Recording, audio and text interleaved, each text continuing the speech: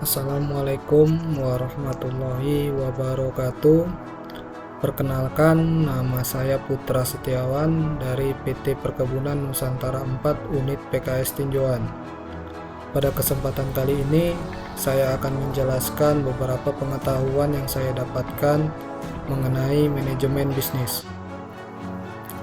Secara umum, manajemen bisnis berarti kegiatan perencanaan, pengerjaan, dan pengawasan ada sebuah bisnis atau usaha. Seluruh aktivitas tersebut bertujuan agar usaha dapat mencapai target.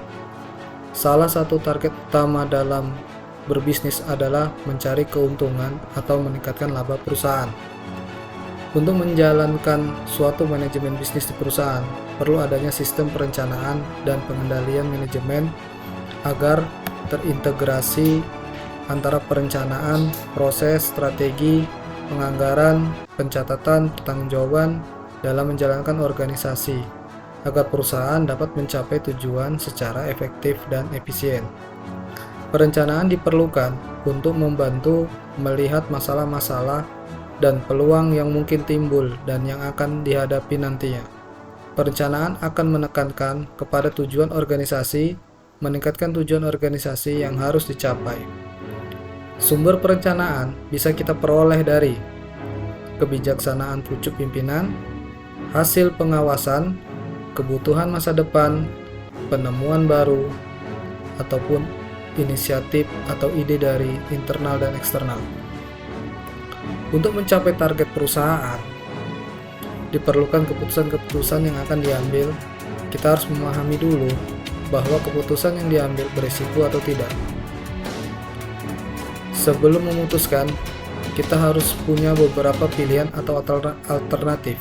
Kemudian dari beberapa pilihan, kita evaluasi dan pertimbangkan dari segi efektivitas, risiko, dan peluang yang akan dihadapi.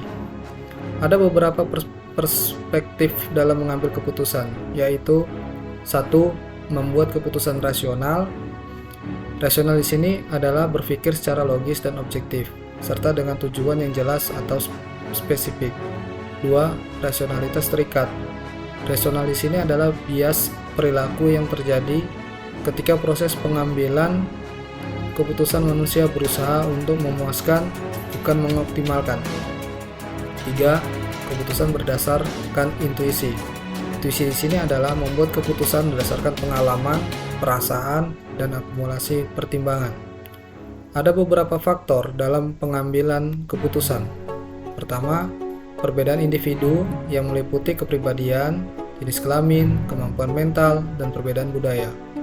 2. Batasan organisasi yang meliputi evaluasi kerja, sistem imbalan, peraturan baku, batasan waktu, dan contoh historis. Jika dalam dunia perkebunan, maka kebutuhan dasar yang harus dipenuhi adalah memahami manajemen perkebunan sebelum memutuskan atau mengambil tindakan dalam manajemen bisnis. Kita harus paham dulu apa itu fungsi perkebunan dari ekonomi, ekologi, dan sosial budaya. Kemudian kita juga harus tahu bahwa pokok-pokok permasalahan di perkebunan itu kompleks. Pertama, produktivitas dan kualitas produk pada on-farm masih rendah. Kedua, sentra produksi on-farm tersebar di daerah. Ketiga, persaingan bahan baku yang relatif kurang sehat. 4. Industri pengelolaan on-farm belum berkembang. 5. Pajak dan berbagai pungutan ekonomi biaya tinggi.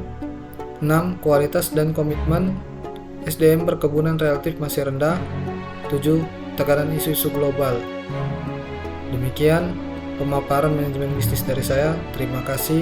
Assalamualaikum warahmatullahi wabarakatuh.